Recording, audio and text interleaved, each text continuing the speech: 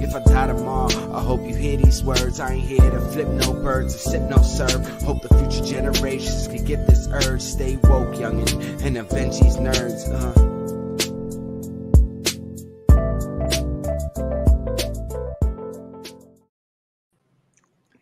Hello. What is up? Welcome to another episode of What's in the Box, where I'm not Brad Pitt. What's wrong with you? What's wrong with you? Why? I just can't. Why? I just can't because every fucking you're trying time. too hard. You're trying so hard to make it a thing. You're not gonna make fetch a thing, Gretchen. It's not a Tried thing. so hard. Welcome got to another so episode. far. Welcome to another episode of Nerds of the Round. It's your boy Law. There's Sebastian in the Nexus, and it's your boy Tone from across the hall. What's going on? Seabass is thinking about what he did, and I feel like he's gonna come back. He's just gonna keep going, and I'm reluctant to bring him back right now. Yep. As you can see, that Val is not with us today. She had to step out, so she may be joining us later. Who knows? But for now, it is just the three of us. Yes. And we are calling an audible tonight. I know we were going to call Starwars Visions, but we're just going to talk random nerdy shit. Yeah, we might end up talking like some because we did do season 2. All of us did season 2, so we can talk season 2. I got to episode 7. Oh, okay. Yeah, that's fine. Yeah. That's fine. Those one of your ones. I mean, let's wait till Hunter comes in, and then we can talk about this. Okay. Hunter? If we have to talk about it, what? You know? This guy? Yeah, that can. Everybody, returning back to the Nerds of the Round. Give it up for Hunter. I love you guys. Welcome back. This is a blast from the past for the OGs that have been with us from day one. Your episode was the episode that I think was It was you, Demetrius, Kessler. No, that wasn't my episode that I became a co-host. No. You were still a contributing Snorlax or whatever that was. Yep. Sleeping on the couch. But Hunters hasn't been here for the live show yet, so welcome to the live show. Yeah, you guys are setting up on something crazy new, and it looks awesome. I like StreamYard. I've used it once before. You guys are looking good. It's been fun. Usually it's a lot of Seabass doing shit in the background, and we're constantly trying to fight him on it and tell him no, or just do shit to spite him. It's just to tell him no. I don't do stuff in the background. It's just to tell him no. It's in the foreground. Come on, man. Just do what you need to do and just get it over with. Just get it over with. Rip the Band-Aid. Sebastian, what do we have today? What's on the docket? What's on the docket today? Well, we're going to be talking about random nerdy stuff, and we're going to be talking about announcements. Yay! Announcements. So for those who don't know Hunter, I put the link in the description. Hunter was actually on Nerds when we just were doing audio. Mm-hmm. And in person. And in person. That's a very important detail. Me and Kessler went to your house, dude. Yeah, beers and everything. It was cool. Yeah, reading comics. Fun. Yeah. Also, check out Law on Switch. Woo! Pew pew pew. This Sunday, I'll be coming back hot from my trip to Boston, but rushing home, starting up stream around 4:35, hopefully sooner. But it is going to be my 2-year Twitch affiliate stream anniversary, plus the 200 milestone. So, in commemoration of all that, I'm going to do a subathon. The last 2 times that I've done a subathon. First one, 19 and a half hours. Good God. I love you guys, but you guys love me aggressively. So you know who you are. I'm looking at a few of you. It was like one of those things where I had time on the clock and I was like, oh, I'm almost done. And then they hit me with 20 subs. And I was like, oh, cool. I'm gonna just be here for 3 more hours. Yeah, you're like, I was just about to make dinner. Now I gotta order something. No, I started at night. So I went through to the morning and I was just seeing colors and tasting colors. Oh man. But the second one was about 8 hours, which was a little bit nicer. But this one I took off on Monday. There's no cap to the stream. I may even take off Tuesday if I have to. I'm just letting the will of Twitch take over. Take you. Live snoring with Law. Hey, some dude did that and had a bunch of people watch him. I will say I was just like talking to the like abyss ethos, like whatever, because I knew like 20 people were on, but like everyone was asleep at like 5 a.m. So I was just playing games and just talking to myself, like just in a, I'm so fucking tired, but thank you guys for being here. Oh my god. What we got in the chat today? All right, it is Hugo. What is going on, my man? Hugo. Woo. I saw you go in stream the other day when I Dave's the wave. when I raided Pong. No cap. How meta? What's going on, my man? What's up? Also, what's up? too. Oh, I can put a cap on. I have plenty. Oh, If they want me to put a hat on, I'll go put a hat on. Cap it. Okay, hold on. Tiles become the art of snoozing. Oh no! Also, to make sure you guys are catching Val. an adult. There you go. There you go. Wow. There we go. We got caps. Wow.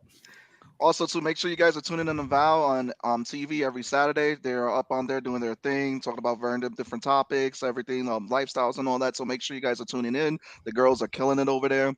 I will be doing a live drawing stream and raffle for Patreon subscribers. So if you're a Patreon subscriber to Bonet Studios, you are going to be automatically entered into a raffle. Also, I will be doing a live stream, so there is a vote for the character I'm going to draw right now. It's a tie between Juggernaut and I think Asdef. I gotta double check. But also too, That's a very different, like two different characters completely. It is. Smash them into one. I mean, I know there's one of them I want to smash. Oh, don't give me ideas. Also too, I did add, and I announced it today, I did add a new rewards tier for all Patreon subscribers, which is going to start next month on June 1st. I am doing random name generations that you can use names for NPCs, your games, and characters and all that, because you know what the hell? Just put the names out there. So it says Sean Eustace Xavier Young, aka Brother Sexy. Next. Instead of random name generator, just go to Seabass and he can just bring up some random shit for you. Man, random. Check out Concrete Combat Chapter 2, Part 2 is on Patreon. Patreon /Bonet Studios. So again, it's on there, $3 and up. Medusa's Cascade Podcast. The site, gotta update the site. If you go into the description, it's actually the medusascascade.com. A lot of great art up there. So again, it's do that right now. Give me a second. Man, listen. It's in the description. So make sure you guys are tuning in. The podcast has been on fire. Podcast is going on since 2020. Campaign that just keeps giving. Yeah, we will be hitting our 3-year mark, and we have some fun stuff in the store for you guys for that 3-year mark. I want to say October 31st. You heard it here first. Make sure you're following, liking, subscribing. Also, too, Lou's Live's album, The Motive, the link is in the description. Make sure you guys are tuning into that. It is rap for grown folk. So make sure you guys are giving Lou all that support. And mind you, Lou will be at the Delancey at New York City, July 15th, going on live at 9 p.m. So if you're in the New York City area at the Delancey, make sure you're tuning in. Make sure you're there. Make sure you're giving him the support. Check out Catch the Craze over here on YouTube as well. Our brothers, give it up for Sam and George. Give it up for our boy Pong over there at the twitch.tv Slin Shop. He is on Mondays and Fridays. Again, yes, the Y is where it's supposed to be. And finally, I don't know, I fucked it up. Anyway, also catch the 4-Letter Nerd on Wednesdays with Mayhem Mike. The 4-Letter Nerd goes live on Wednesdays, 8 p.m. The 4-Letter Nerd with Mike and his crew, Bergie. They were on the show. Was it last week? Going on there soon? I potentially have something in the works with them, but for Hierarchy Kicks, with some streaming stuff. So we'll see if my schedule lines up and I'm able to do it before I go to VidCon in June. And finally, Hunter, what have you been up to? I've been making comic books. Here we go. Dude, congrats on already, like, you can trip over your goal at this point. So we're on a good slope right now. We're doing great. We have a lot of the backers from the first one came back, so that was a nice little like it's like a nice little hug. It's familiar. Like, oh, you guys liked us enough to come back. We love it. Nice. Welcome back. I'm sure you mean mi gente, not mi genre. Head up, George. Spell check fucked him up. That's what it is. Yeah. The genre. The genre. What's going on? Spell check is like, yo, we don't speak this shit. Fuck you, spell check. Yeah, no, you got some amazing art. I know Alex Sapunzis is one of the creators in this book. Yeah, I was gonna talk about him. Wayward Raven. I love those boys.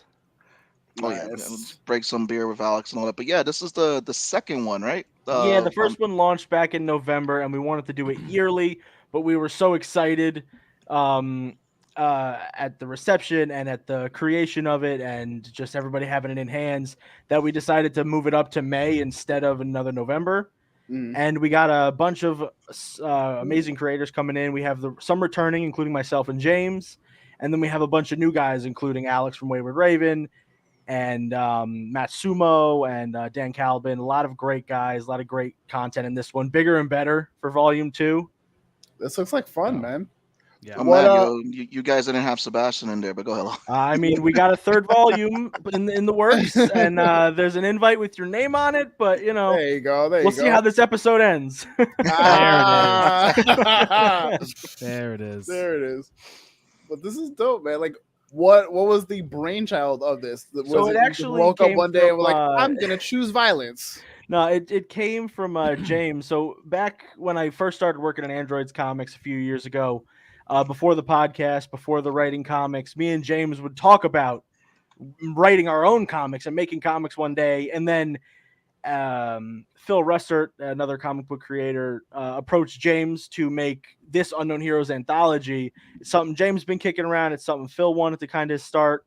And James really kind of took it over and made it into his own brainchild.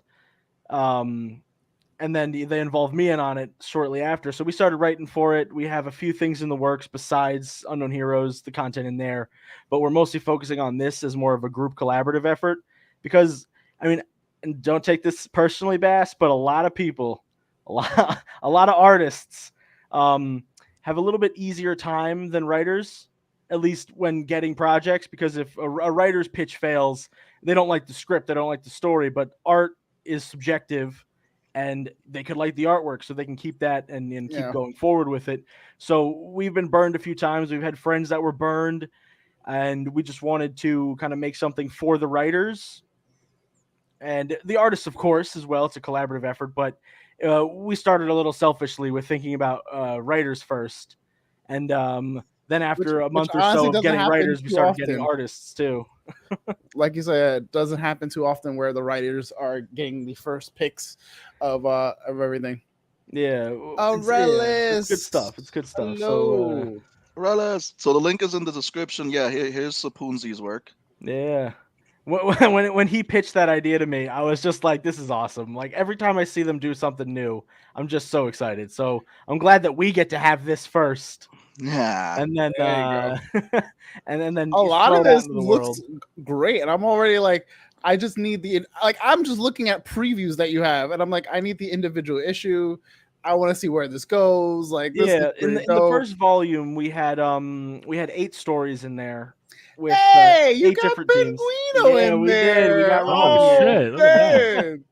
Yeah, we had Robin the last one as well, where he debuted Cataclysm, the book that's currently on Kickstarter now that he's working on. Mm-hmm. And then for volume 2, he wanted to bring in Penguino, so we were like, of course. Nice. Yeah. So the second one is all about team ups. The first one had a few team up stories in there, but the first one didn't really have a prompt besides superheroes in general.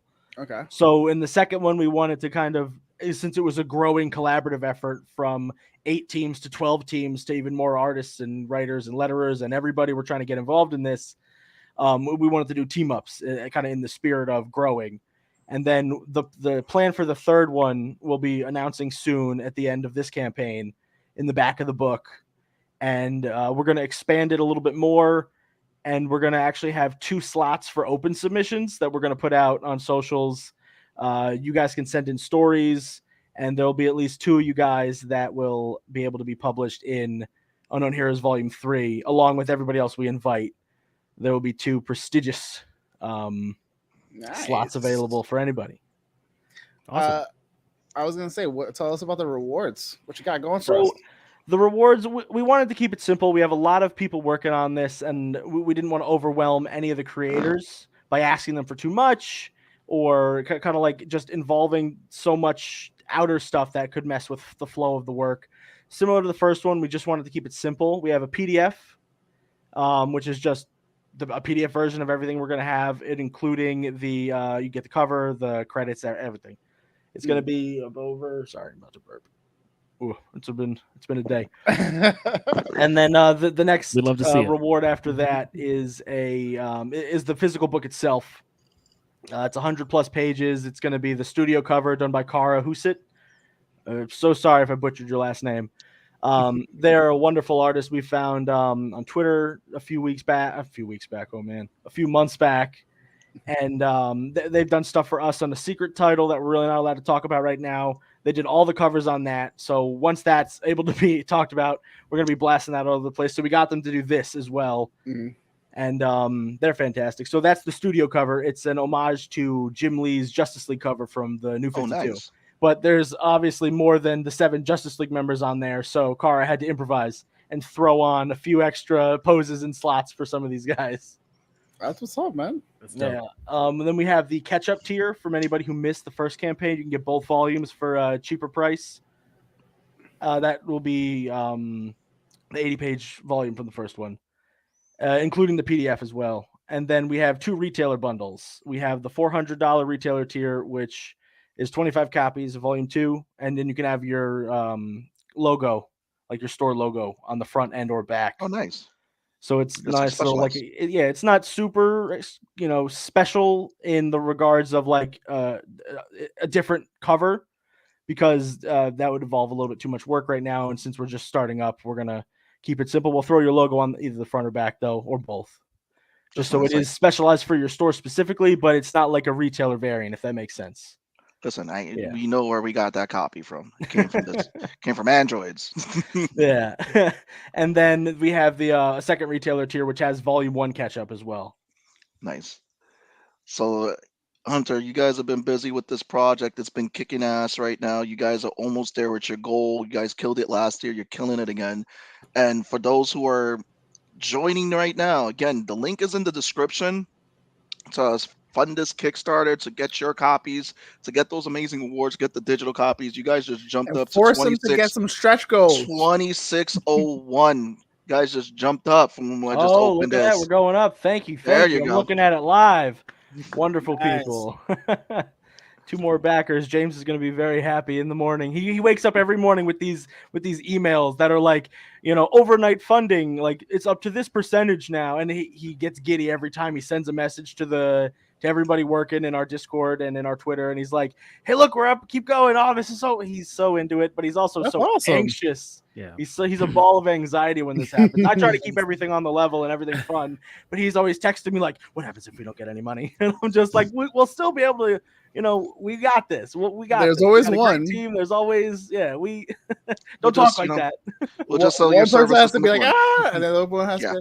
Dude, relax. Yeah, me and him are actually a writing team. The story that we're doing in there is a Kaiju Suicide Squad Teen Titans story called Project K, and we've been writing that as a part of like a manga verse that we're doing with our Nebulon story from the first one. Okay, where that's more of like a Kamen Rider Venom story.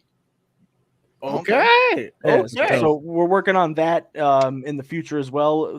We should be doing something fun and little previewy in the next few months with that, and then we're going to be going full swing and working on the rest of Unknown Heroes. So we got a lot of that going on. Oh, you've been busy. We've been busy. Yeah, we got projects in the back burner that we can't talk about either. So I'm just bursting at the seams to get all this stuff going. Listen, I congratulate you, because last time I was when we had you so many moons ago, you were helping Kessler get his stuff out there. Now it's like, dude, I'm getting this stuff out there. That's it. And it's just like now it's like just seeing the creative chops and all that. Because we knew it was in you, brother. You got the con doing the support for everybody, everything. We thank you for that. But now it's time to support you, get you out there. Guys, get this funded. Oh, there he is. You didn't talk about the add-ons because they didn't ask me about the add-ons, James. Tell us about the add-ons. So you can get virgin covers or textless covers of every single cover in the story, including the studio cover by Kara. You can get Project K, you can get Fraternophobia, you can get the Thorn of White Scarlet, anything without the logo on it. You'll get a one sent to your phone as well for PDF, so you can have a nice little background on your phone, as well as an 8x11 print. We also have a sticker pack of all the logos, including the Unknown Heroes logo. And what's the other add-on that I'm forgetting? I'm scrolling. Oh, you can add on so if you miss out on the limited tier for the catch-up bundle, we have it set to a limit of 25 where you save a few bucks. But if you miss that mark and you want to get an extra add-on, or you just want to get another copy of the first volume, you can add that on as well as a catch-up add-on. Those are the add-ons we got. Thank you, James. Very nice. James, are you happy with them, or should we ridicule them some more? No. He'll tell you guys to cancel me. That's why I'm not sales and marketing. Hugo coming in with the hot takes. I mean, a little bit of both. Listen, Hunter is the marketer again. I unfortunately have to be the face because James is too nervous. He sends this Mo out here. Listen, but you're killing it. I mean, you guys are right there. You're almost there with that goal. Less than 500. It's gonna I could be with 50. This is definitely getting funded. It's I'm expecting by the end of tomorrow to start hearing push goals from you guys. It's hey, what we're gonna hear, what push goals we're gonna get. We do have something that I'm working on as potential push goals, but you guys got to get there first. If you can get to 35, I'll give you a little something, and if we go more, by all means, we'll keep everything going.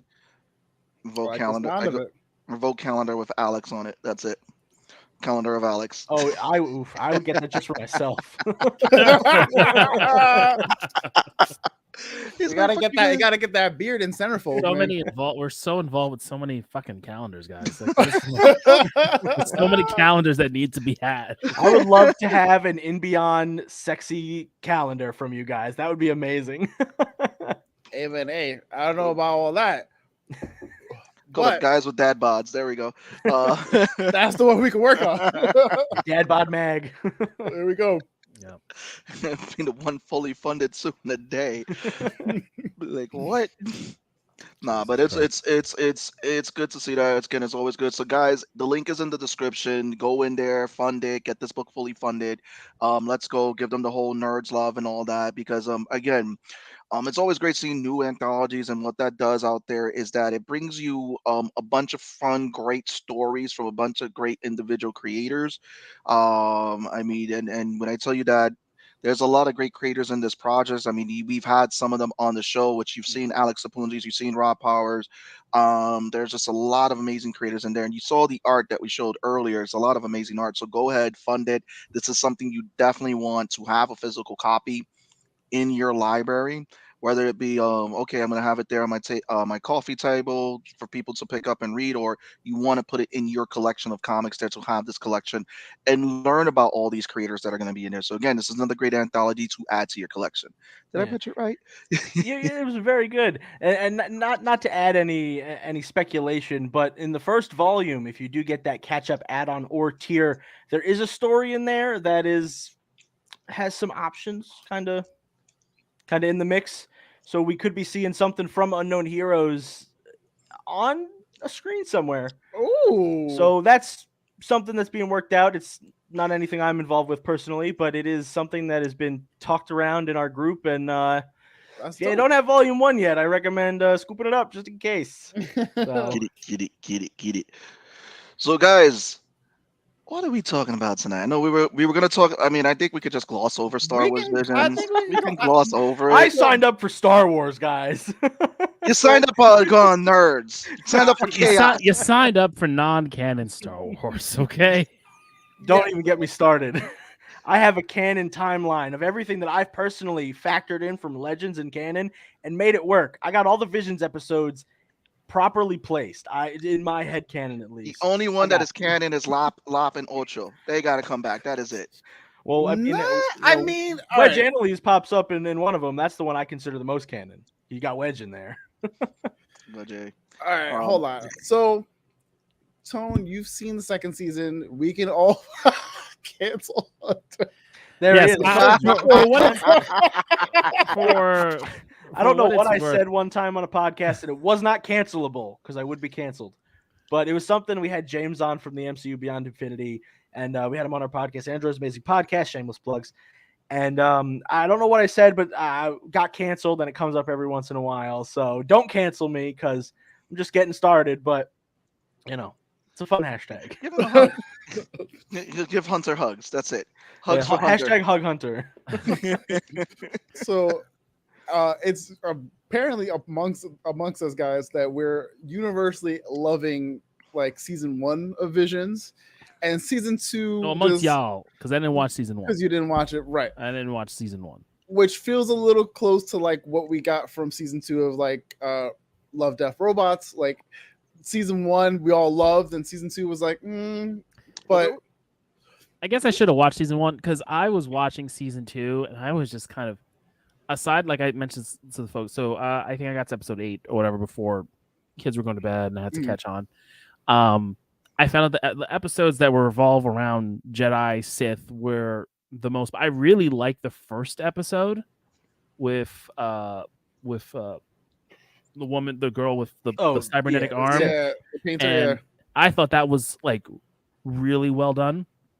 And then the one later down the line where it's more like anime style, and they've got the 2 heads. They're on the Journey to the Dark Head. Yeah, that one was my favorite. It was like super anime where the bad guy had a fucking whip tail thing. I was okay, like this is not Star Wars. I believe that was the Chorus studio. Yeah, that one was on Avatar. I think that one was. Yeah, it felt like Avatar. Yeah, felt like Avatar. Yes, especially the beginning scene with at the temple with the stones. That felt super like Avatar.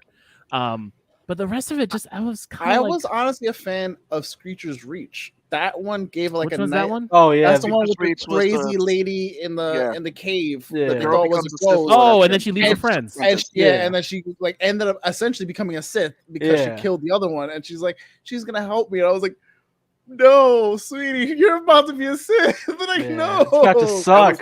That was the one thing that was the saving grace for me for Screecher's Reach, because it was that nice little twist at the end. It was good. It was a good one, like one of the better ones. But then right at the end, I was like, ooh, you just ramped it up to 11. Like that was the last 2 minutes of that one were choice. That was done by an Irish studio. They did the Apple TV Wolfwalkers movie. Okay.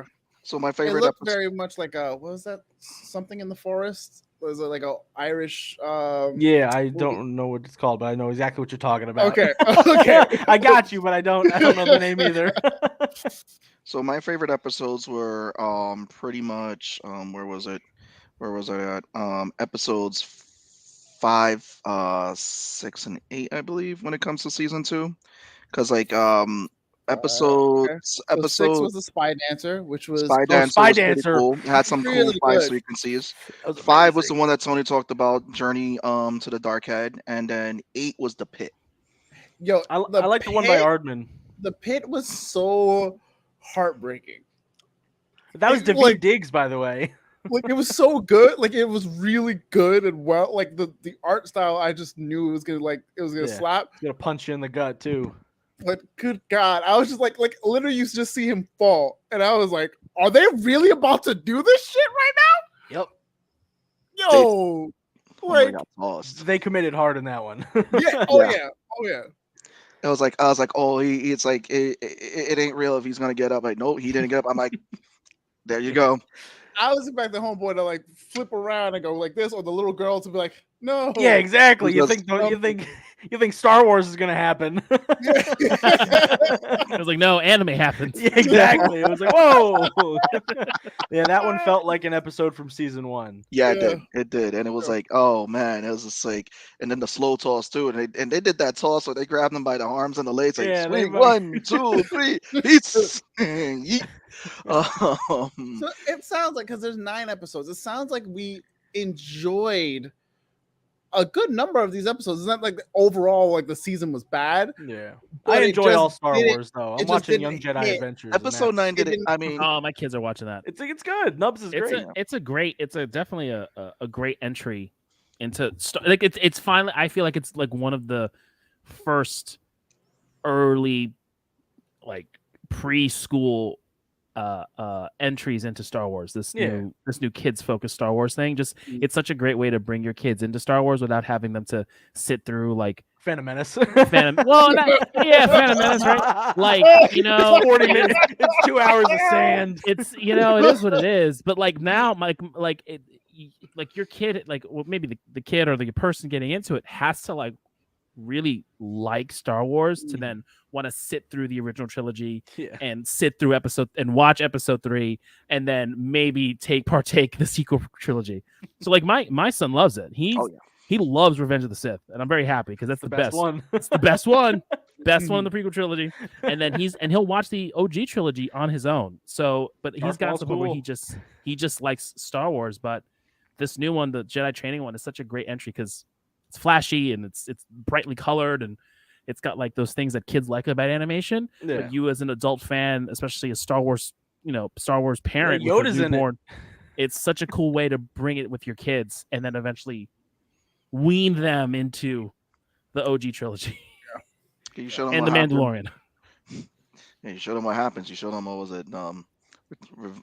Revenge of the Sith. That's it. Everybody is excited for the series ends. finale of that show where they kill them all. They're like, send Anakin in and it's over. Like Anakin's coming in to substitute teach today. Yep. It all ends in one spot. Show. It's gonna be a kid show until the finale where it becomes like a rated R NC-17 Tarantino film. Just like that's it. It's gonna be like how Rogue One ends with Darth Vader fucking everybody up. Exactly. This ends with Anakin just busting in.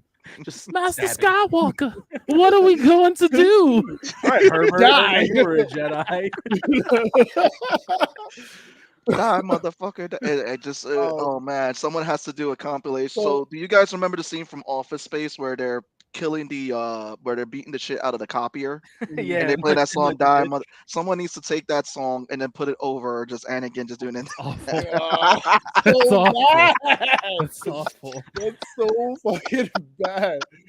Oh shit! Everyone was like, "Damn." But yeah, episode 9. I don't think you need to watch it. I mean, as far as it goes, episode 9. I know what it was.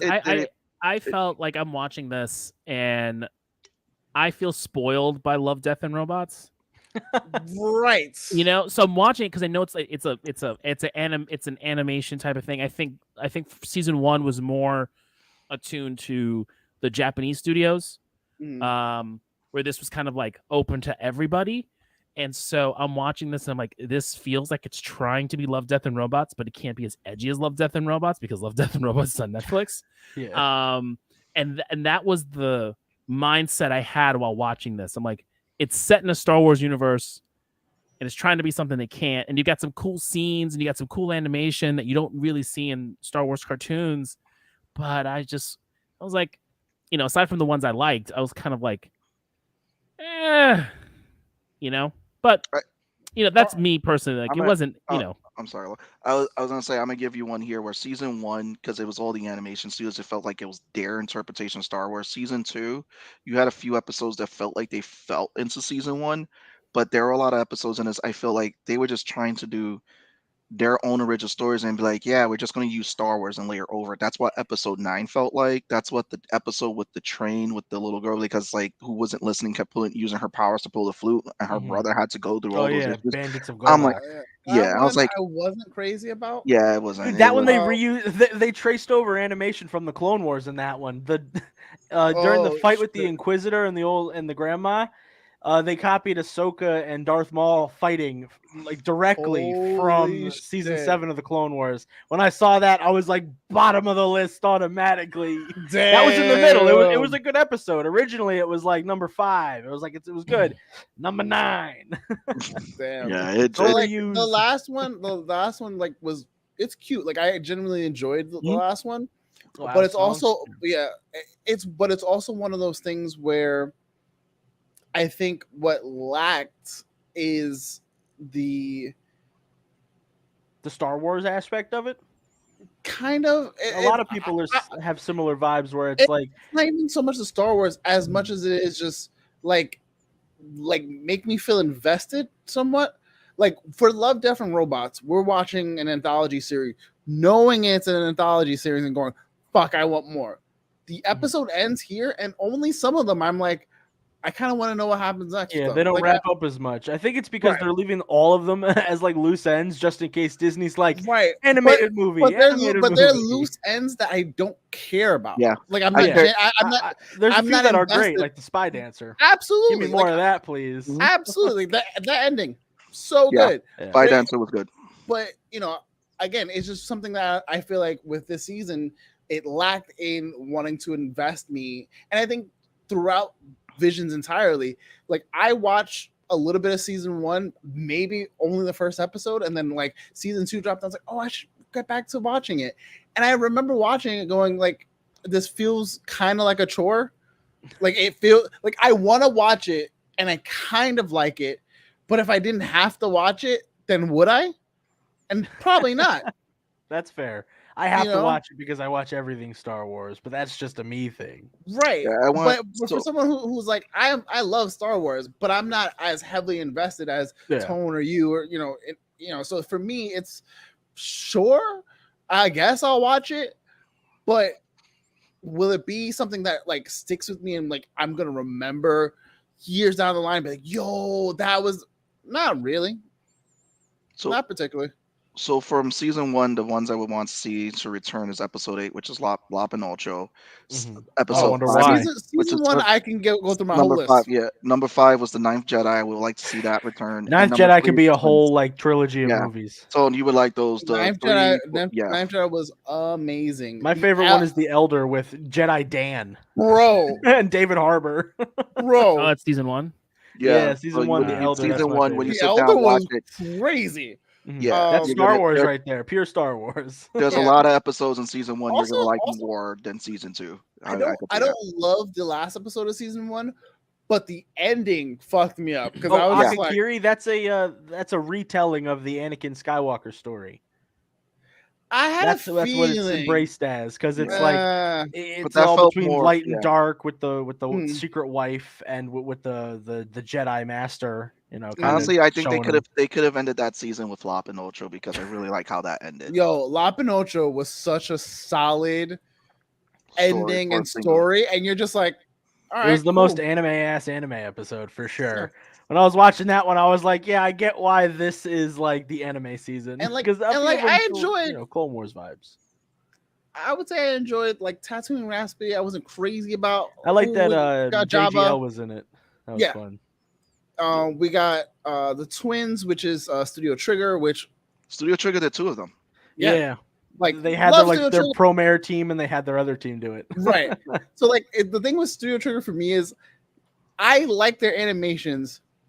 Don't always love their work because like Promare looked awesome, but the story felt flat for me because I was just like, I think Promare could have been more better as a series than a movie because that's what they did. They made it a movie and so I sat down and watched it and I was like, yeah, they shine at series. Although Darling of the Franxx, their second half of that series, I think fell flat. We don't talk about that. We only talk about the first half. The second half. I remember I was watching, and my nephew goes, "Oh, have you kept up with it?" I was like, "Nah, I fell off like mid-season, like whatever." He was like, "You fell off at the right time," and I was like, "What are you talking about?" He was like, "Yeah, you could just fucking drop that shit." And I was like, "Drop it! Oh wow, just drop it hardcore." Yeah, my favorite thing about Studio Trigger is they have 2 teams. One team focuses on like anime and like anime, and then the second one focuses on sexy aliens. I mean, it's always Kill la Kill, Darling in the Franxx, Promare. It's all sexy aliens. Not wrong. Not wrong at all. That's valid. Listen, you know what you know. You like what you like. I mean, you got it with Cyberpunk. You had them all together. Mm-hmm. I mean, there's a reason why everybody's like, we want Rebecca back. You got fan Rebecca comics. dead. No, you have fan comics where people write in that she got like implants. Saved by the Terminator. Back. Yeah. What? No. Saved by RoboCop. I'm sorry. Saved by RoboCop. Saved by RoboCop. She smashed. She got Homeboy's girlfriend in The Boys, man. Turned to a chopped cheese. Got Detroit smashed. Oh fucked my up, man. god. She got fucked up knowing she was in the friend zone for the rest of her life. All right. Rough. Damn.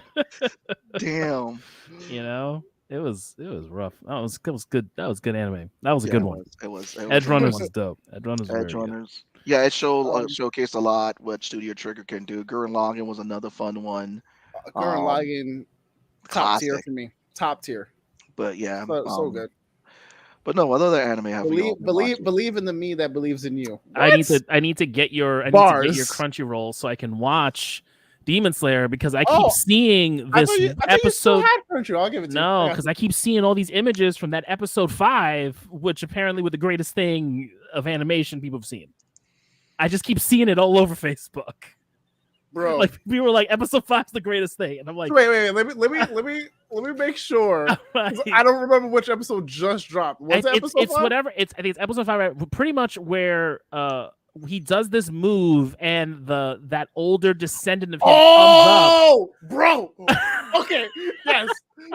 Yeah, absolutely. Fuck yes. And everything I've seen is like, this is the greatest animation scene ever, and I'm like, it's better. It's better than the end of It's better than the end of season 3. It's better than Mugen Train. I'm like, obviously, I need Crunchyroll. I'm gonna wait for all the episodes to drop because I'm excited to watch it. I'm gonna need you to catch up and watch it. I know you don't like watching week to week, but bro, I'm gonna tell you that shit right now. I be at work and I be on my lunch break just watching it. Oh my god, yo! I used to do that at my old job. I would just be on lunch break, just watching anime or watching anime on the train. That was that's how I kept up.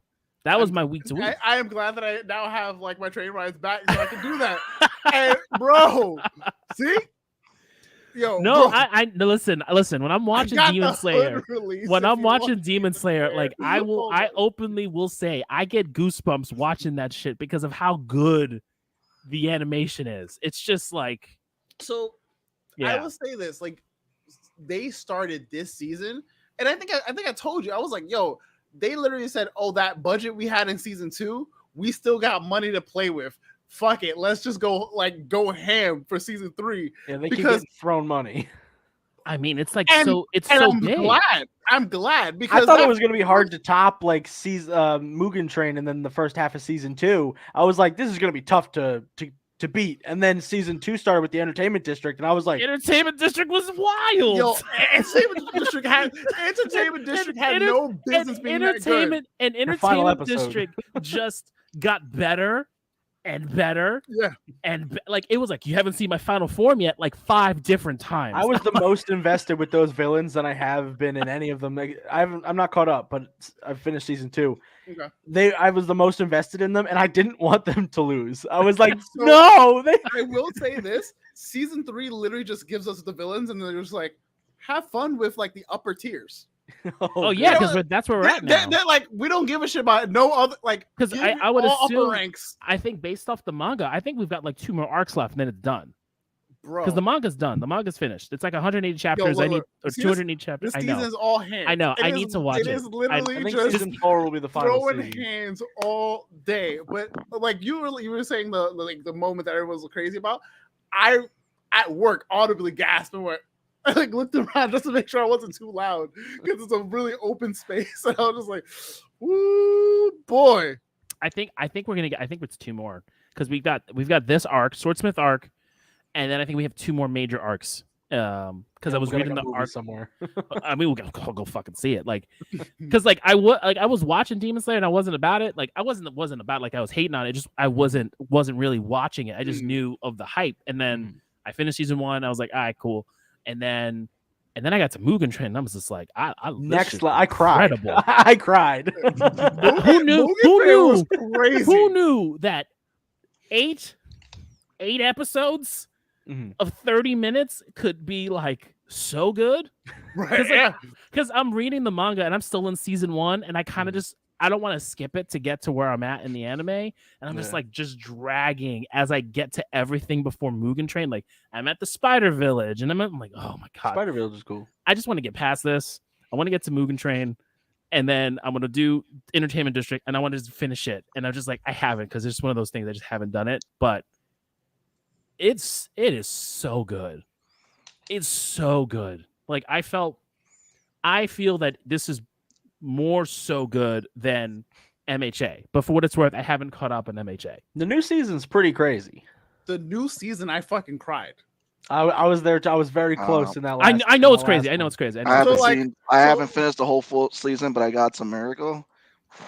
Okay, so essentially, like I remember I was talking to Larissa about it, and I was like, yeah, like she was like, oh, I'm not caught up, and it was like, oh, be like have tissues ready, because I already know how you are, and if I fucking cried, like I can count on both hands how many times an anime has made me cry. I know which ones have done it and the ones that have gotten me close. That shit, I was like,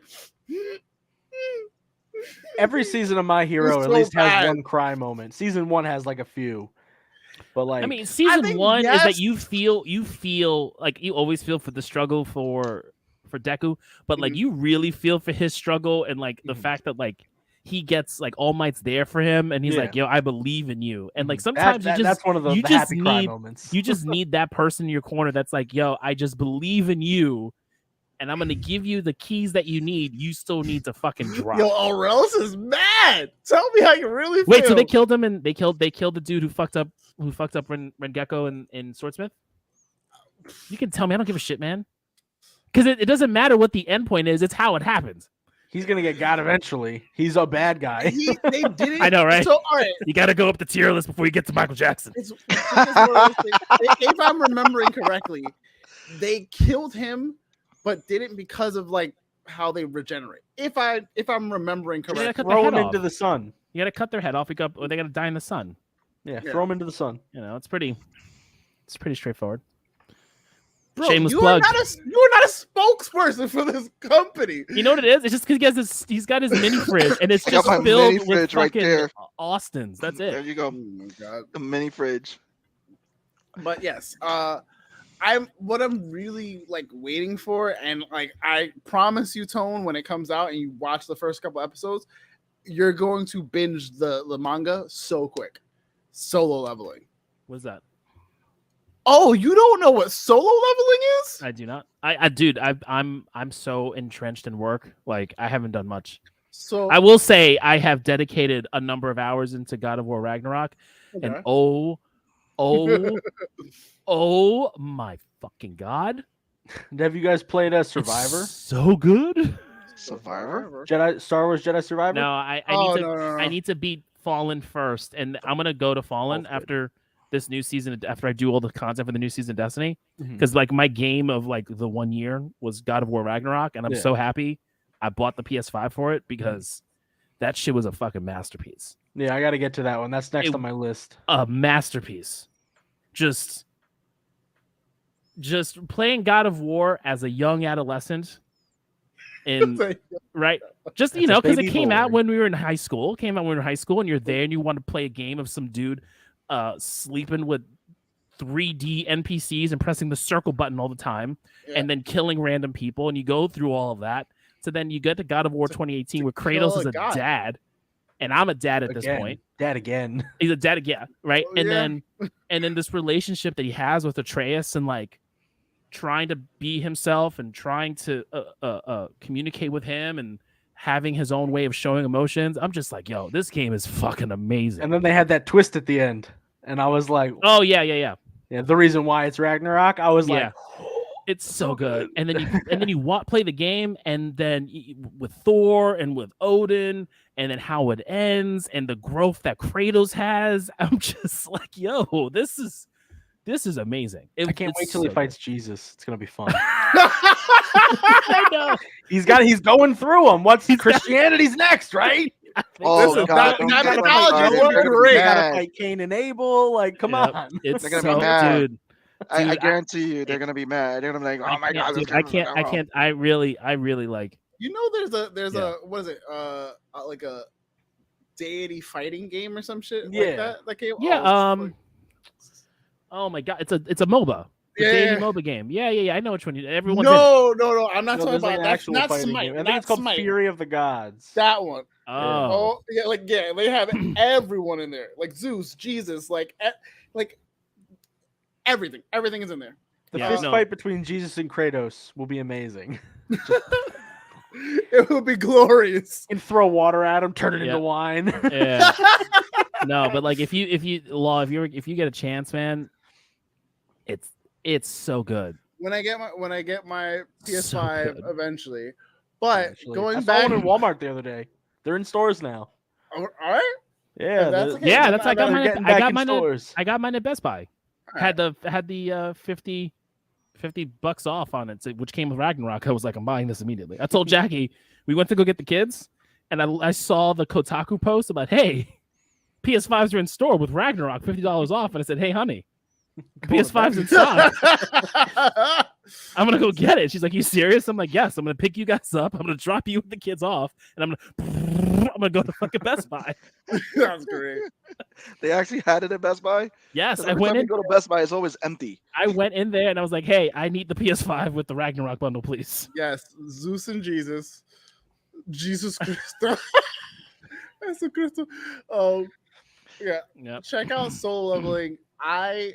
That was my first. Well, that and Record of Ragnarok, where like I was like, all right, I'm gonna actually give manga a try. Are you caught up in Record of Ragnarok? I don't want to talk Hunter's about. shaking his You head. caught up? Hunter's caught up? shaking My his head. wife watches the anime, and it is not great. It's No, the the manga's show good. is terrible. No, The manga's manga. good. The manga's good. Yo, Okay. You feel it for your boy Tesla? Is that what it is? bro. Sorry. I can't. I don't know who they're I picking next. blame my nephew because he got me into it. He was like, "Yo, just try it out this and third." And he was telling me, hyping it up so much beforehand. And I was like, "All right, I have the app now. I'm gonna read them. I'm gonna." And like, I was reading it before he started. I was like, dude, read it. It's good. bro. I hate how much I love that fucking book. I hate It's so how much fun. It's great. It's ridiculous. Absolutely. Oh, it's bonkers. ridiculous. Like It's like like bonkers. JoJo, right? Where it's like just insane. I guess. I don't It's know so much JoJo. truth. I don't know JoJo. So I honestly All can't. right, I don't know. All I what know JoJo- that JoJo is generational at this point. So that's it. Right. So I will say it's one of those things where like Nikola Tesla has a mech. Yeah. Like I don't know how else to put it, but like he literally is in a mech suit. Like You he's see just like, Buddha fight, but then you also see Jesus in the crowd. oh yeah, absolutely, absolutely. Yeah, he's got to show up at least. No, Jesus is there.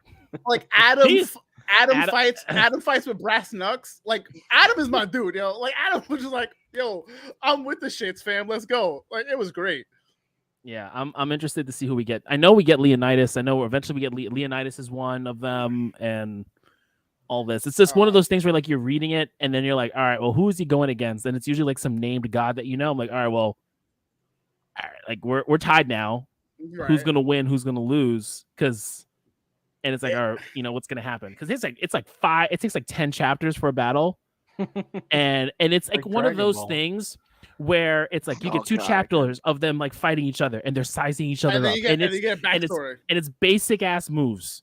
Basic moves, then you get backstory. Then one of them is like, now for my super ultimate move, and then the other guy's like, now for my super ultimate counter move. And then the other one's like, now for my super mega ultimate 6 bars photon blaster move. And the other one's like, now fuck you. Here's my defense that you didn't know about move. And then it just goes back and forth till one of them dies, and it's ridiculous. Until one of them dies. The Beelzebub Nikola Tesla fight right now is probably one of the more bonkers fights that they're having.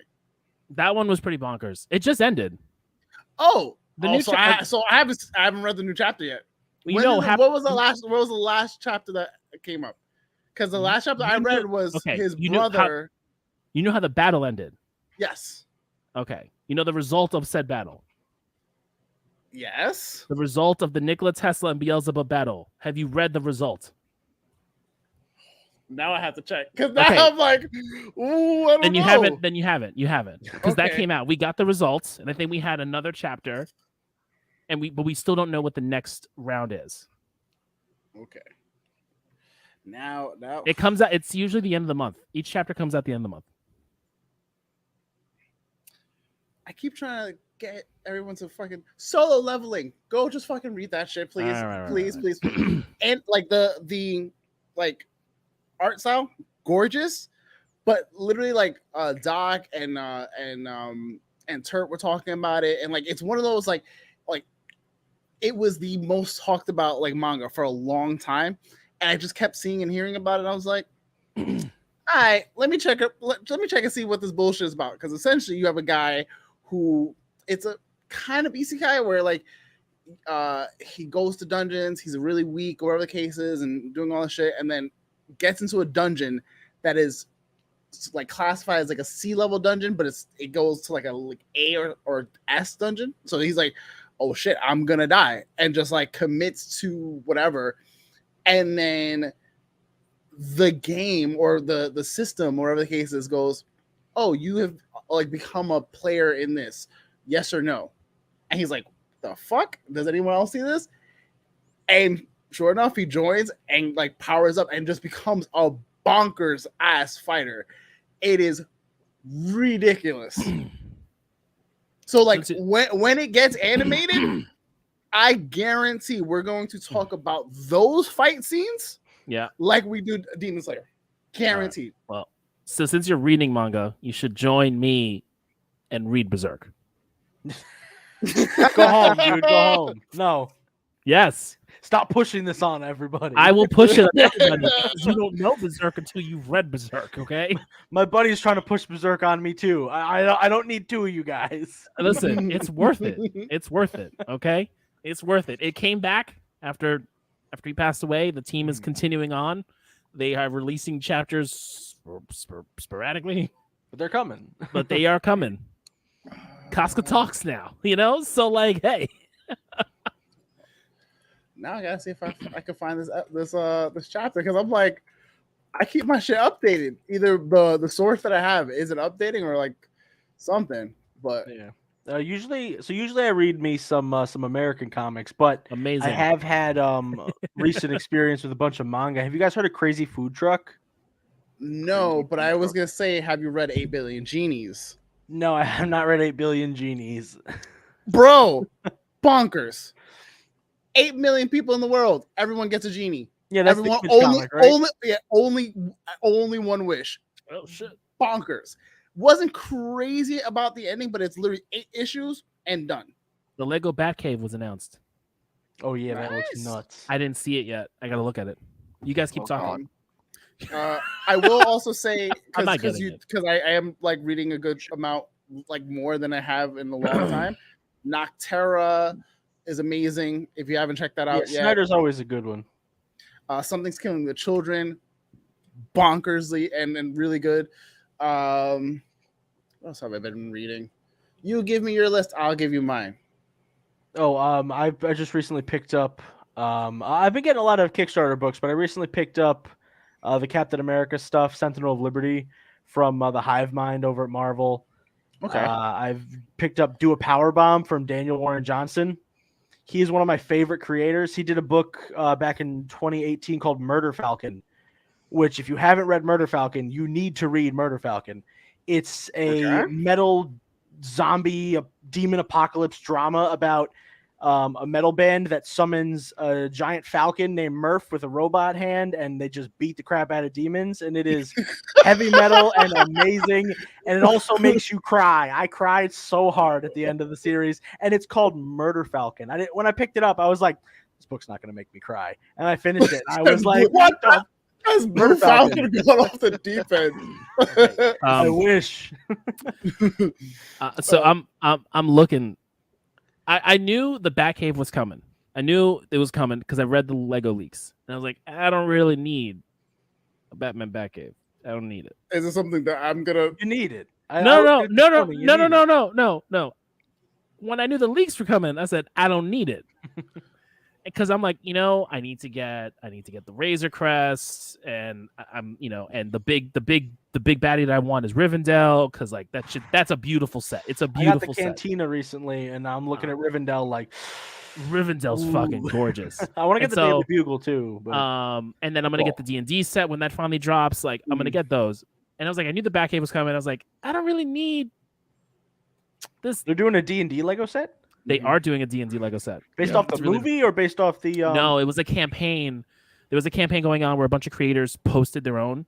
And so whoever got the most voted, and they got this... it has a dragon, a tower, a dungeon.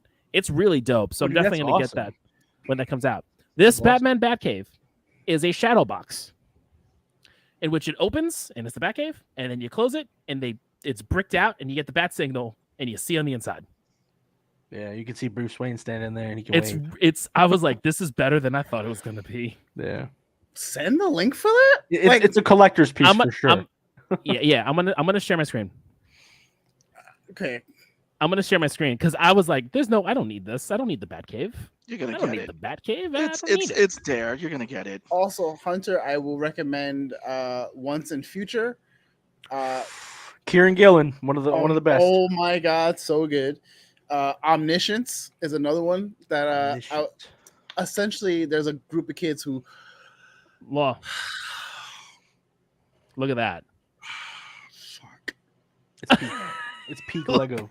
I'm not even a Lego person. I promise you I'm not. Dude, look at that. It closes. Look how fucking beautiful that is. We all need that in our collection because that is the Look at that. And it has the older Batmobile too. How much is this going for? You can pay for it. It has the Keaton Batmobile too. You got a big boy job. You can buy it. Danny DeVito Lego. I'm trying to look at Danny DeVito. I'm trying to take these trips, motherfucker. I've got trips up going on. Look how gorgeous this thing is, man. I did not expect it to flex like this. I hope they do more like this. It's a shadow box. Jesus. It's a shadow box. It's interactive. Yeah, Yes, Michael Keaton. Yep, it is. That is. I'm pissed at Danny DeVito. Damn. And Michelle Pfeiffer, yeah. Wait, that wasn't that what's his face? It's $400. It's not bad actually. That's not bad. It's still cheaper than my Falcon. So I'm gonna get it. It's not top of priority, but it's on the list now.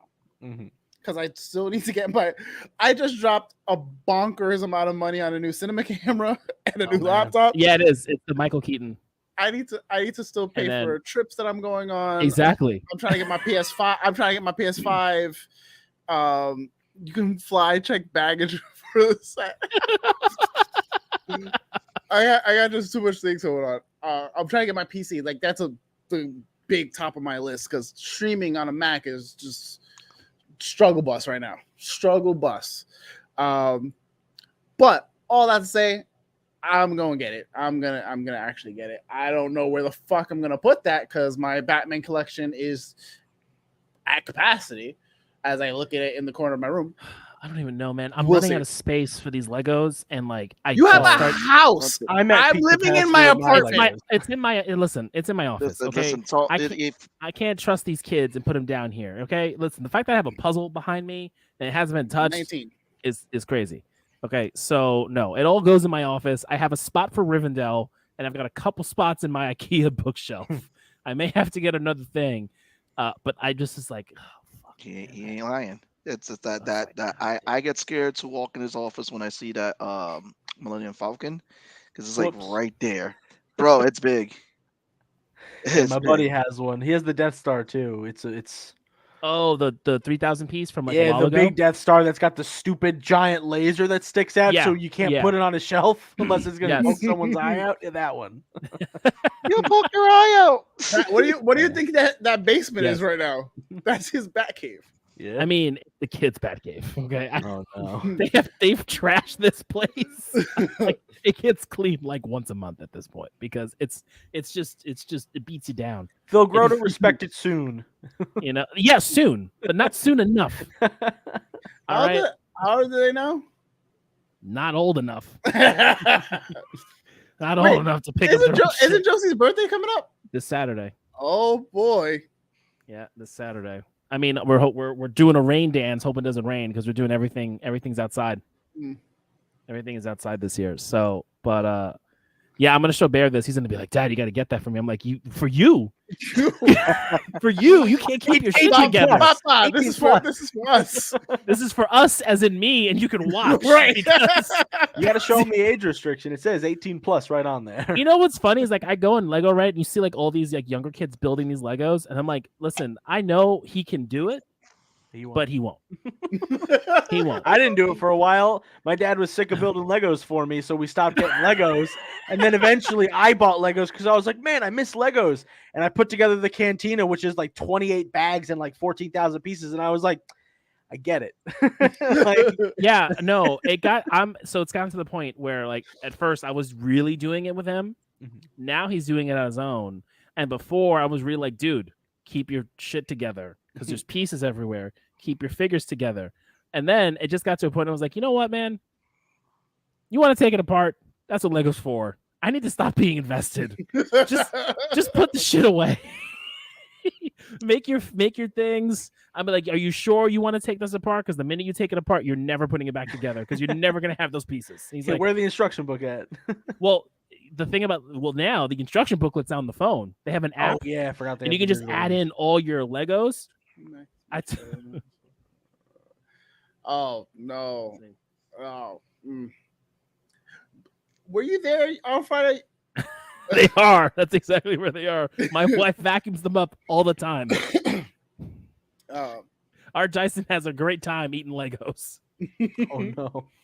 Feed me, Seymour. Like Feed me. Visions, Legos. This is the nerd random topics. You know? Yeah, I want to get some Legos. I can't bite the Lego bug. I already have one, which is the Gauntlet, and I'm like, if I know, get any... I know I'm not a Lego person. Like I just don't have the ADHD patience to be like a Lego person. Like invest into that. It helps, dude. I'm gonna tell you right now. Oh. As an undiagnosed person, same, dude. Same. But I will get this one. You just focus in. I got the Indiana Jones set. I've been looking for those ones. I saw one. I saw the Temple. I don't want the Temple. I want the Crusade. That's the one I'm looking for. Or the Raiders. That's the one. Yeah, the Raiders. Yeah, I got the Raiders one. Yeah, I wasn't getting the other two. I was like, the other two are too play setty for kids. I wanted the Raiders diorama, and it's so good. And then the new May 4th sets, I didn't get them yet, but the Super Star Destroyer and the Emperor's Throne Room, I'm looking at those. Oh yeah, you do. Yeah, I do. I still got the lights. It's there. I got stuff a day. But if you should. I mean, you should attempt it. Like honestly, you can just get the smaller Batmobile for now. They have an Adam West Batmobile too. We'll talk Pong. Yeah, they got the Tumbler, the Adam West, and one or two of the Keatons. So they have a few Batmobiles. They have. I will do this if I go through this collection of shit that I have. I probably have to dust a bunch of it anyways, and figure out if I can like house it and situate it better and make room for it. I absolutely will. But I will say I do have a lot of collector edition like stuff. So like I have the Arkham Origins like big ass. I have that too. Like sitting up there. I have the Batman freaking Batarang from the first Arkham Asylum game. I have like I can't even count how many figures up there and Batarangs. I only have the McFarlane verse ones. I have all the Batmans released and the giant monster truck. That's a fun one to have. The Batmo Beast. Nice. Yeah, did you guys? So did you guys? I saw it today. I'm not sure if anybody was following the feed, but apparently they're doing the comics where it's Batman and the Scooby-Doo gang, and they introduced a Gotham version of the Scooby-Doo gang. Oh, did they? A Gotham version? Yes, they did. What does that even look like? That's oh God, I gotta clowns maybe. I gotta, bunch of clowns. I gotta pull that up. It's just very interesting after we've come off that show Thelma and it didn't work very well. Oh yeah, Thelma, like Thelma and Louise. Thelma and Louise. Thelma, yeah. Yeah, Thelma. I didn't know they got. I said it right. I was even looking at the screen and I already know he's about to go on. Where is it? Okay. Don't start Pong. That's not fair. Hold on, I gotta pull it up because you guys are gonna. I just keep looking at it on the stupid website. That's because they got you. Listen, they got you. They got Val. They got you guys. The Optimus Prime, which is fucking Optimus beautiful, Prime is by the way. cool. Optimus Prime is cool. The Office one is cool. Oh, there he is. Oh, I have one of the friends' apartments. Oh, the ones from across. I have Central Park. Oh, Central Park. Yeah. Okay. Yeah, I know. Apparently, they may do a community set. I was like, oh my god, if they do the community set, I'm so. Yeah. I know that's on Lego Ideas. Mm-hmm. That would be dope. All right, here we go. It's coming through now. I want them to do a Die Hard Nakatomi Plaza. That'd be sick. Oh, Yeah, like the Daily Bugle. They're gonna do. They're definitely gonna do Legend of Zelda, because they stopped all Legend of Zelda Lego Idea submissions.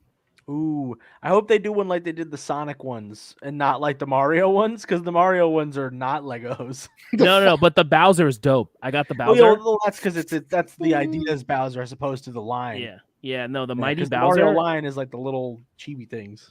Yeah, no, that Mighty Bowser. Oh, is so cool. He's just a big chunk. Yeah. Oh man, he just moves like this. It's great. That's terrible. Look at Shaggy. Dude, that's awesome.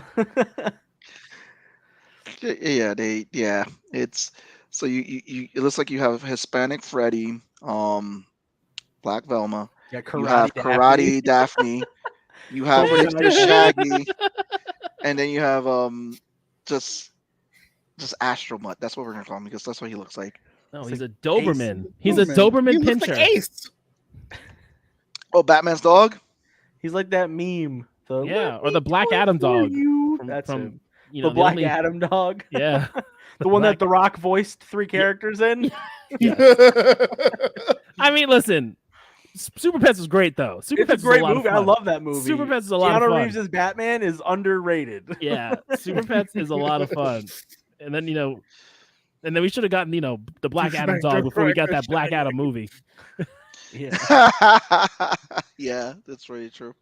Douchebag Shaggy. No, when I saw it, I was just like, I was waiting for everyone to start going ham on it. I'm looking at it like, oh man, all they did was just do. It's like when you're playing a fighting game and everyone picks the same character. That's what it looks like. Yeah. It's like, oh, we gotta pick the same character. All right, Oh, the alternate suits. Who gets the shitty alternate suit? Hey, I'll take Purple Ken any day of the week. See, Purple Cat wasn't that bad until you go, but why not just be Dan? What? Dan, What? Listen, don't sleep with Dan. Do not sleep with Dan Dan. is a great character, but he's no Ken Masters. Of course No, not. That's He's that's no the Ken joke. Masters, I but would never. knew I people, would never do that. I knew Masters people was who my would guy. go to the arcade who mastered Dan just to embarrass people. I can imagine. You I'm control sure. Dan was real originally hard. a Joe character in Alpha 1. I remember the first time me and my dad unlocked him, and he did. When you see his palm Hadoken the very first time, you're like, what It's the terrible. fuck was that? And then he throws his autograph and it does some damage. I'm like, what is this? Yeah. Oh no! So there was King of Fighters versus Street Fighter, right? And Dan The Super. Tekken versus Street Fighter. No, it you're was, talking about this very highly underrated Capcom versus SNK. Capcom versus versus SNK. SNK, yeah. That's what it is. Yes. So when you did Dan Super, all he did was roll and go, heh, heh. He did no damage. He just rolled My around. jam was because I love the Dreamcast. Dreamcast is like all-time favorite system, and I love Capcom versus SNK 2.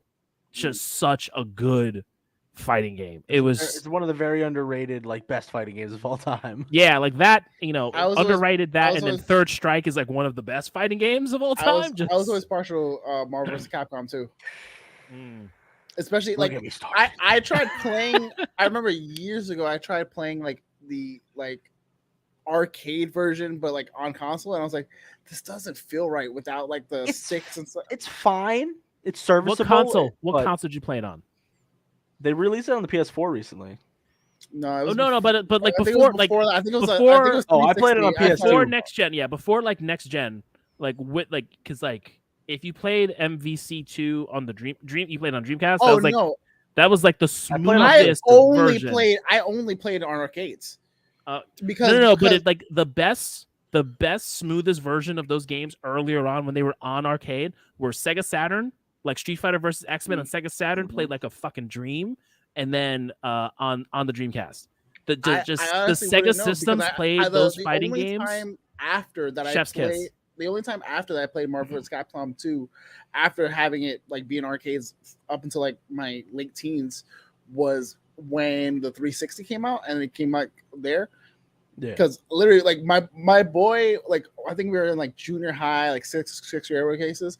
We got out of school, we all went to the pizza shop down the block, and my boy Vic was like, "So, you never played this before?" I was like, "No." I was like, "I've done racing games." And he was like, No, fighting games. I got you right now. All right, cool. He was like, pick a character cases, schooled the fuck out of me with like Wolverine and a bunch of other characters. Captain America. I don't remember. Final Justice. Yeah, but he was definitely I know he was definitely a Wolverine guy. He made me hate Wolverine so much, but he made me really good at the game. And like I started playing Marvel vs. Capcom 1. Then eventually they got Marvel vs. Capcom 2. And he was like, all right, bet. Let's just like fucking rack up and like bot. We basically had like a handful of quarters, put it on the thing, and people will come in, like other kids from other schools, and we're like, yeah, I could try to get in on this, but you gotta beat us. Yeah, beat us first, and we would just destroy for like an hour and a half straight. No, you know what we did? Because I know like Marvel vs. Capcom's roster was so huge. 2 was huge. Yeah, so I 2 remember expanded exponentially. The first one was like 12 characters, and then 2 was like just 50. like everybody. And they were like 2 Wolverines. We got one with bone claws, one with regular claws. Yeah, one with bone claws, one with regular claws, and we got them from the Dream because you could surf the web on the Dreamcast. And then you can download people's save files from GameFAQs. Oh, nice. And you would download them, and then you would load them into yours, and that's how we unlocked all the characters on the Dreamcast. Oh, you didn't just play it and use the points to buy it? Hell no. The re-releases have every character unlocked, which I feel like takes some of the fun out of it, but, you know. I mean, after you re-release a game that's like 20 years old. Yeah, for the competitive scene, I get it. Give me all the characters. What was everyone's lineup for Marvel Capcom 2?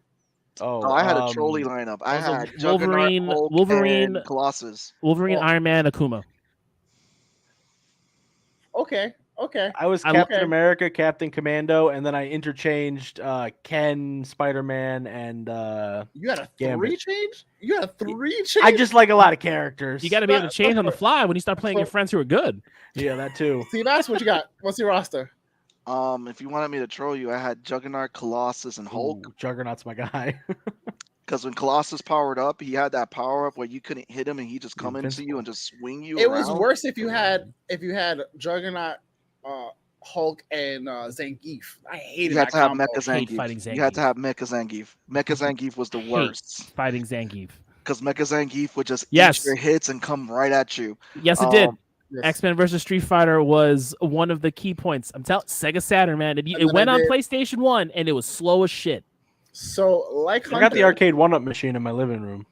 Drew? It's got Marvel vs. Capcom, X-Men Cross Street Fighter, and Marvel Superheroes. Nice. Oh, Marvel Superheroes is good. It's a banger. And you get to fight Thanos at the end. Yep. like Hunter, I had a third slot that constantly changed. So I had my 2. I had to have both captains. So I had my heavy hitter, which was War Machine.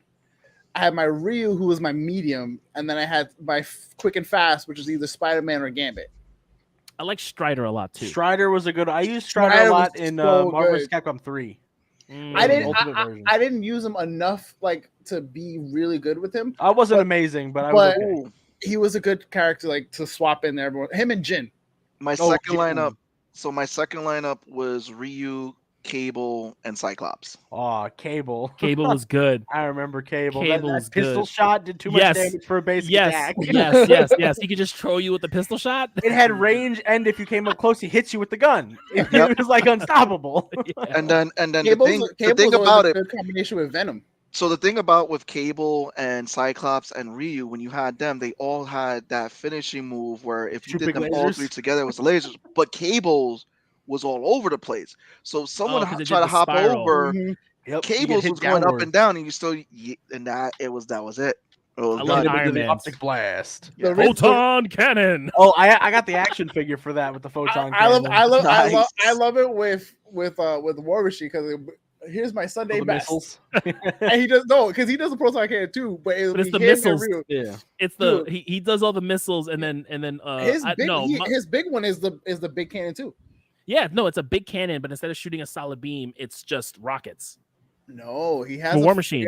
For War Machine, full solid one too. Yeah, he had a full solid cannon, but then he had the one that he had like He has the backpacks that it's the rockets that come up, and then he has the big I'm one. looking this up right now.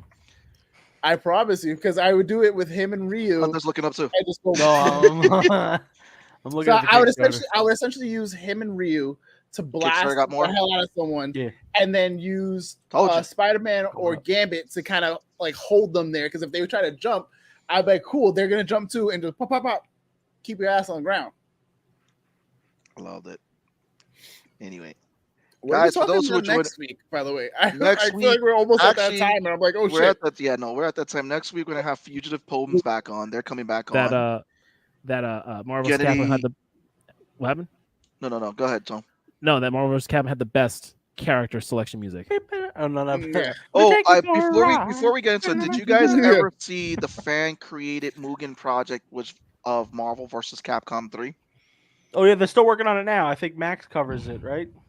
Yeah, because it was all custom Marvel and Capcom characters that never made it into the game that these people were making. Like they had they had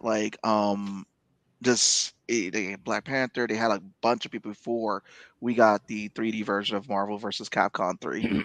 Oh, I didn't know about that one. That's dope. Yeah, it was a whole Mugen project. The Mugen community was crazy. I was part of it back in the day. I remember just going on, and there was that one dude who everybody downloaded the same file from. Oh man, he was great. I tried getting Mugen, and it was just like, yo, you had to get the right file, otherwise you're getting a fucking virus. The WinRARs. I remember him saying WinRAR every 3 seconds. Oh, not WinRAR. But it was this one. I loved WinRAR. It was my favorite thing. It was my favorite zip file extractor was WinRAR. But what was it? It was this particular project. I wish I remembered the name of it, but it was like they were doing a Marvel versus Capcom 3. It was all fan made. They're like, yeah, we threw in Red Hulk, we threw in this, we threw in that. They redesigned sprites and everything just for this whole fucking project. And like the character roster was just nuts. I was like, damn, Capcom, you need to hire these guys. But anyway, we are at that hour. So Hunter, we're gonna give you a way to plug away that Kickstarter. Please plug away. Oh no, I got a solo camera. Oh god. Yeah, you do. You do. Go check out Unknown Heroes Volume 2 on Kickstarter. It is finishing up at the end of the month. We're almost to our goal. Keep pushing. We're looking to do more. So the more funding you give us, the more you share it, the more you donate, we will keep this project going. Me and James have like 4 or 5 Unknown Hero Volume ideas in our head. They're going to get bigger and better. So go support the Kickstarter now before it's too late. Yeah, he's still there. Get me out of here. No.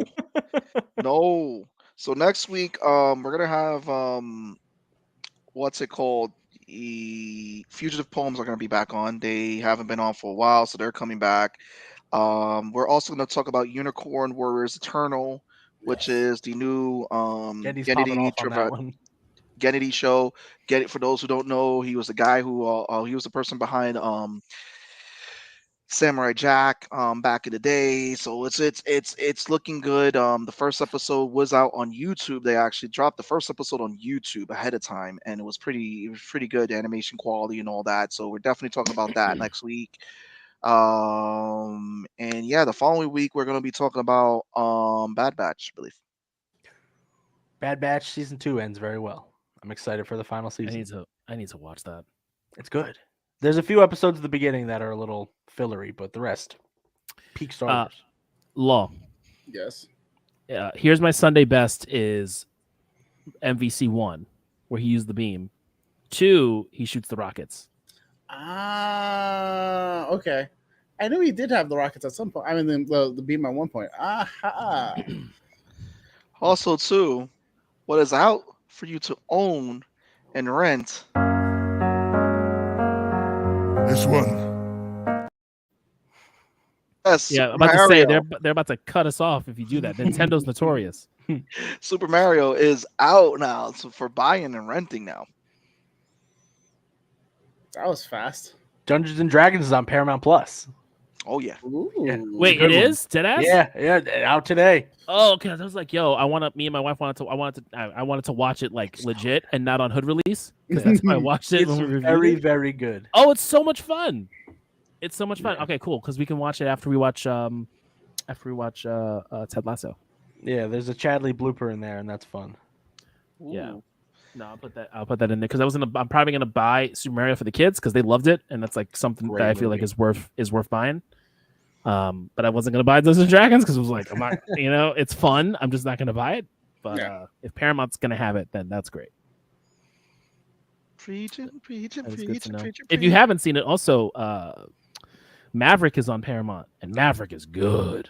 Oh, Maverick is too good. It's better than the original. Maverick not is even close. good. Top Gun? Yes. Okay. Yes, it a has lot of no people. business being as good as it is. Lot Now, of for sales. what it's worth, Tom Cruise has been killing it with sequels because the Mission Impossibles have been better than You the got last. Dead Reckoning Part 1 and 2 coming out. I gotta ask you guys. It's a very no. important question. Oh no. How the fuck do we feel that the fact that Fast X is going to launch a new trilogy? Oh my god, yo. I The saw grand finale trilogy for Fast X Part 1, 2, and 3. Yeah, so it's not even going to be Outta Fast here. 11 and Fast 12. It's just going to be Fast X1, Fast X2.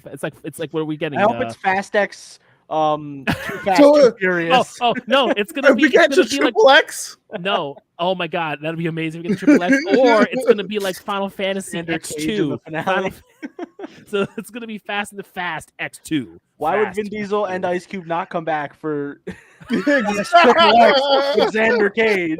There you go. Listen, And then get Riddick in there for chapter for X what it's worth, Force. I love fucking that first Triple X movie. It's a good It one. was fun. It was a lot It's of fun. so much fun. The super weapon makes no sense, but it's a lot of fun.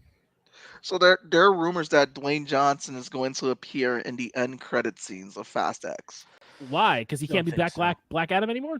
Probably. Oh, Nothing against Dwayne You're Johnson. shaded, but probably. Can you imagine? That's like, it's like, I all right, love fuck it, I'm Rock. free now. So do I. I love. Yeah, The I Rock. love The Rock, but I'm like, I dude. love Dwayne. I will watch his movies because they are for what they are entertaining. They are I love all Skyscraper. Except It's for the just, Kool-Aid it's just Man. his Kool-Aid diehard. Man. The Skyscraper was entertaining. The San Andreas was entertaining. All his Listen, movies. Listen, Entertaining. I you're didn't watch entitled either to of them. one. They looked You're the same, and they came out within like the same time frame. Which If one? you're Jumanji and entitled, Jungle Then it was there was a time like there was a meme where it was like he's literally wearing the same outfit in 3 different movies, Yeah, he also And has all- to visit a forest in every single movie. and all those movies came out within like the same like 5-year span. The Power movie, the movie on the San Andreas Fault, and I think all happened the same. But they're fun. Yeah. They were fun. listen, you're He entitled puts- to one he bad puts movie. He asses did it. in seats. He puts asses in seats. Now with Black Adam wasn't it, man. Just Yeah, just it stay just- away. Just He stay tried. away. He tried. There was He a tried. few cool scenes, but No. Listen, it was the origin Stop it. story of the Kool-Aid Man. Stop it, the Hunter. best scene had Henry Winkler in it, who literally phoned it in. I think they all did. I mean, again, Hunter- you're Hunter's entitled a to one Oh bad yeah, movie. no, Jumanji's fun, Hugo. I like the new Jumanji's Jumanji. good. Danny DeVito was great in Jumanji. So is Aquafina. Danny DeVito's great in everything. That's true. Listen, that I mean, yeah, Black Adam just was not the movie. I know he was trying very hard. He was trying, but then there was all that backstage politics, and I think he was just really trying to take over the franchise, and he bit more than he could chew. He was a lot trying going to on. do what The Rock does in The all hierarchy movie of DC has franchises changed. and realize that DC is not it. Yeah, well, now we have James Gunn, so Yeah, Guardians is awesome. It was. it'll be interesting if Marvel ever cast him. Would they? I don't think he would get. He doesn't would wanna not do let him Marvel. run because I don't think they will let him run roughshod like they did at DC. Hell no. No, he'll have no creative control. Kevin no Feige disappearing. fired the first Peyton Reed for not Peyton Reed. Edgar Wright. Edgar Wright left Ant-Man because they were like, it ain't it, man. Yeah. I don't care how artsy you are, it ain't it. Yeah, no, The Rock will never be in Marvel, unfortunately. I don't know No, who he I know, would he play wouldn't. though, because Hercules has already been cast, and it's the guy from Ted Lasso, so not Jason Sudeikis. No, it's Roy Kent. Brett Goldstein. Yeah, he hasn't received a call yet, and I'm very upset. I hope they call him back. I need a Hercules. He's good. Yeah, I think they got to do because it's very funny because right now with the writer strike, but Marvel's in a funny period because it's just Seabass just making up shit, man. Like there's no way in hell The Rock is gonna show up in the Fast and the Furious movie. That's why rumors that rumors are bullshit. He got the second best Samoan, which is Jason Momoa, and that's what happened. Okay, dude, Seth Rollins was just cast in the new Captain America movie. I heard, and I'm really actually kind of. I don't know who he's playing, but he's in it. All right, he's putting his leg in Hollywood. I feel like he's entertaining enough. Seth Rollins. Yeah. Listen, we need. I mean, I'm waiting for Jason to make it over to Marvel because they could. I think they're. No. They wasted Momoa. They wasted Momoa on Aquaman, where we could have had a good Lobo. We might still get. He would have been a great Lobo. Come on, he would have been a good Lobo. I think we'll still get it. Yeah, it'll be like Joker, under where gun it's possibly. Under gun possibly, you'll get him. Yeah, we'll just get an Earth 2 Lobo, and it's Jason Momoa. He's in space. I'm here for it. Fucking variant. But instead no, of swimming, he's just riding in space.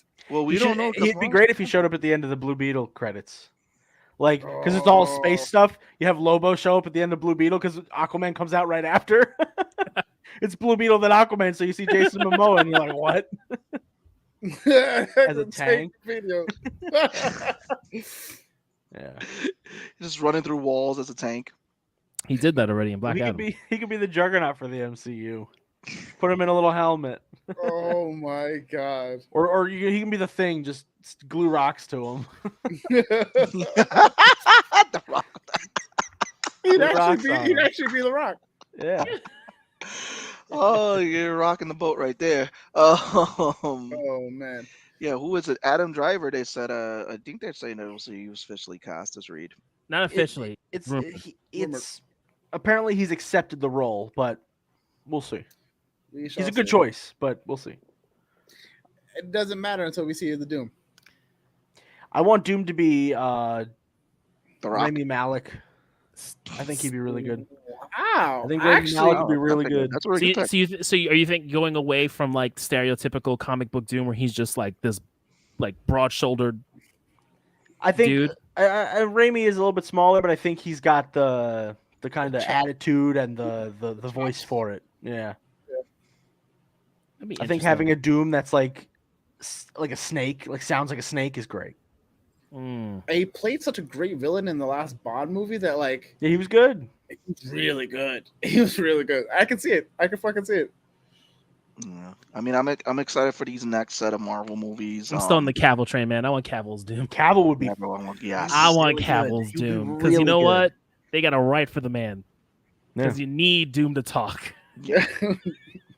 That's the problem. If you notice, a lot of the projects that they've been giving to Cavill, they should have just let him be one of the guys to speak on The Witcher to help with all the stuff, but they always just give him fuck and shit. He's got a new movie coming out, another spy movie coming out soon, and I'm excited because The Man from U.N.C.L.E. is very underrated Henry Cavill movie. I love that. That was a good movie. His role in Mission Impossible was good. Yeah, it was great. Dude, they had to throw a helicopter at him. But no, he embraces his roles, and it just sucks that he's going to be in a Warhammer show too. I can't wait for that. Also, we are getting a God of War show on Amazon. Yeah. When do we know when does it take place? Like, what is it going to entail? It's probably going to be the 2018 game. It's 2018. They might have flashbacks to reference the other games, but it's going to be the Atreus storyline, especially after the success of The Last of Us. It's going to be another Lone Wolf and Cub storyline. Yeah, 2018 is the two newer ones are just written so well because the first ones are fun. The first movies, like the first games, are fun, but but the story is like he's just angry at all these gods. He's gonna fucking murder them, and you get why he wants to murder. But the time traveling part in God of War 2 makes no sense. We don't talk about that. And but it was, I love God of War 2 is also a fantastic game, and God of War 3 was great, just murdering all these dudes.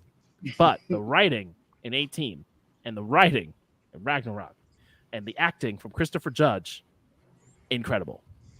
Yeah. So I mean, if I don't know who they're gonna cast. I mean, if they cast Christopher Judge, I think Christopher Judge can do it. He did the mocap. I think they should cast Pedro Pascal. Because then you got Mando, Joel, and Kratos, all the dads. Oh my god! He just needs man. to Hey, work no, out. now I have to Give him one of those work trainers. so No. much. You can't have him as it because that's his actual dad. You gotta give him an adopted kid. He doesn't work well with his own kids. You can make it work. They don't look the same. It's okay. They don't. Kratos is just there to get I the picked job up done. this kid on the side. Kratos don't look like Kratos. No. They Looks like we his, can he let it looks like slide. looks like his mama. I think we should get who's the guy? The guy that plays Black Manta would be a good choice. He's gonna be Oh, Wonder Man Yaya for would Marvel. be good. Yeah, he'd be good. Yaya would be good. Yaya's great Mhm. because he was also fantastic in Watchmen. Yeah. Wasn't he the actor casted? No, he wasn't Yes. casted as Wonder Man, right? Yeah, Yes, he was. That's him. Yeah, He is he's Wonder Wonder Man. Man. Okay. Yeah, he is Wonder I Man. think he's gonna be riding the TV highs. I think if he nails Wonder Man, I think God of War could be an option for him because, Yeah. and his agency. Okay. It just like our whole system just went weird. It's all good. I was like, Was the error between the mouse and the keyboard? No, it just like all of the screen went blank. I'm like, why the fuck did it go blank? And it was over Okay. the whole thing. after the video game boom of the new shows that are getting really popular, I think a lot of these TV actors are going to start picking up on it. And if his agency, especially after the whole Kang situation, I think since that actor is going to be going away for a bit, I think it's going to have a little bit more prominence for these other guys that are rising. Oh my Kinda god, fill in those yo! roles. I haven't even thought of Yaya taking over Fres Kang. I thought about I mean, it. I he's told you Wonder that. I Man, told but You I didn't was say gonna Yaya? take it. Did you say him playing a different? Did you say him playing a character he played? Because I don't No, remember hearing his name. I didn't say his name because I couldn't remember his name. I said the guy who played Candyman. Oh, I didn't know he played Candyman. Oh, I know him okay. as Yeah, I as said Black Manta Panther. Ray and as Well, as I Dr. mean, Manhattan. you have a lot of great. I mean, I don't think that the actor who played the High Evolutionary, it just He's a little sucks because too he old. could have been a great Pat, He's but too old. it's like it's gonna be interesting to see what they do to if they have to replace the It depends. for Gang because it's really dependent on his situation. I think that it's touch and go right now. Now, A lot of people are now upset because they're like, Ezra Miller's getting his whole movie after WB's everything he's different. done. Yeah. WB's different. Warner Brothers is different. Warner Brothers already has its own things. It's changing its streaming service again. Yeah, they're just gonna call him Max. It's called Max now. I can't. You can't really. Yeah. You could call it what it is, but WB Discovery is so fucked up. I don't even know. So like I can't speak to it. But whatever happens with Jonathan Majors, if they have to replace him, then I was on the train of John David Washington because I think he would be great. I also think he would be a great T'Challa variant as well because I'm sure we're gonna get a T'Challa variant. I think we're past that. But I think thinking, they set up the kid already in it. no, but like a Secret Wars thing. Come on. Oh like, yeah, as an Easter egg for sure. as a variant, not a recast, a variant. Okay. Yeah, multiverse, the multiverse shit. Okay. If you get him, or now just thinking about like you said, Law, we're thinking of Yaya. I think Yaya would be great too. But it'll be interesting to see what happens. We still got a ways to go. We still need to finish this phase. I think because what happened with Johnny Depp, how they were quick to drop him with Yeah, I the whole think Amber Heard they're gonna have to situation. really figure out what's going on. I think they're just waiting. It's a touch and go with Majors. Yeah, I mean, because there's just a lot of stuff like this. Mhm. Loki season 2, the release date was announced like an hour ago. Yeah, It's supposed to be starting streaming in like October, and then all of Echo is being dropped in November. All episodes one day. I think that's kind of weird. Well, a lot of people are thinking because of the shifting schedule that they had to do, instead of doing quantity over quality, they're switching it back to quality over quantity. From what it looks like, Daredevil, both all 18 episodes are going to be broken up, or 16 episodes are going to be broken up into 2 parts, like 9 episode chunks. So I think they want to try to get all of Echo out first because Echo is going to be the bridge from Hawkeye to Daredevil. yeah. So I think if they had to, kind of put their schedule around, and since Daredevil is such a huge piece that they want to get out, I think if they wait for Echo to release all 8 episodes across 8 weeks plus whatever gap they need, I think they're going to slow down their Daredevil production, which is going to slow down Spider-Man, which is going to slow down Fantastic Four, and then everything is going to spiral. So dropping Echo all at once, especially because it's done, I think will be a good move on them. Yeah, and they had to do a lot of stuff because what was it? I think it was Chapek that once he got replaced because he was just having them push out stuff to put on the app. Yeah. Whereas that when Iger stepped in, this is when they noticed that a lot of stuff got pushed back, and it does help out Marvel to give that gap between stuff because we weren't getting that gap, and I think it was them with pushing out content like they were. I think that's how She-Hulk kind of suffered. I mean, that also suffered from about a bunch of babies, and I think it did suffer from that too, which is why they dropping it all at once might be a little easier on the social media aspect of it as well. Yeah, but I think She-Hulk should have that season finale was just weak. Everything was perfect for the season finale was a little weak, all things considered, because now the rewatchability factor is gone because they retcons itself. Why throughout the whole show on rewatch are they trying to get this vial and all this stuff if it's just gonna be a non sequitur by the finale? That's the biggest issue, at least in my part. Yeah. But I like the show as a whole. It's one of my favorite Marvel. For me, it ends with the Daredevil episode. The Daredevil walk of shame when he walks away. That's it. Yeah, that was the best part. I loved it. It was just really they didn't need to do that last episode, but no, I mean we definitely went off on a tangent. Goodbye. I'm gonna call it. We're gonna call it for the evening. That time. It is that time of the night. It's that time. Hunter, I appreciate you being on. No, now that we're doing live shows, you need to come pop in more often, sir. Yeah, no, I've been busy with a bunch of nonsense, but I didn't know you guys went live. I always just catch the back end of whatever else you guys do. I'm on the feeds. But I just didn't realize you guys started going live now, so I'm going to start popping in saying howdy every once in a while. Oh, yeah, we've been going live for doors always open. We appreciate it. Doors always open. Come back, talk shit, talk nerdy. Yeah, man. Always. This has been your boy, Sebastian. The fuck was that? It's your boy Law. Like, your boy Tom across the hall. What the And me. And Hunter. One of us doesn't look right, and you know.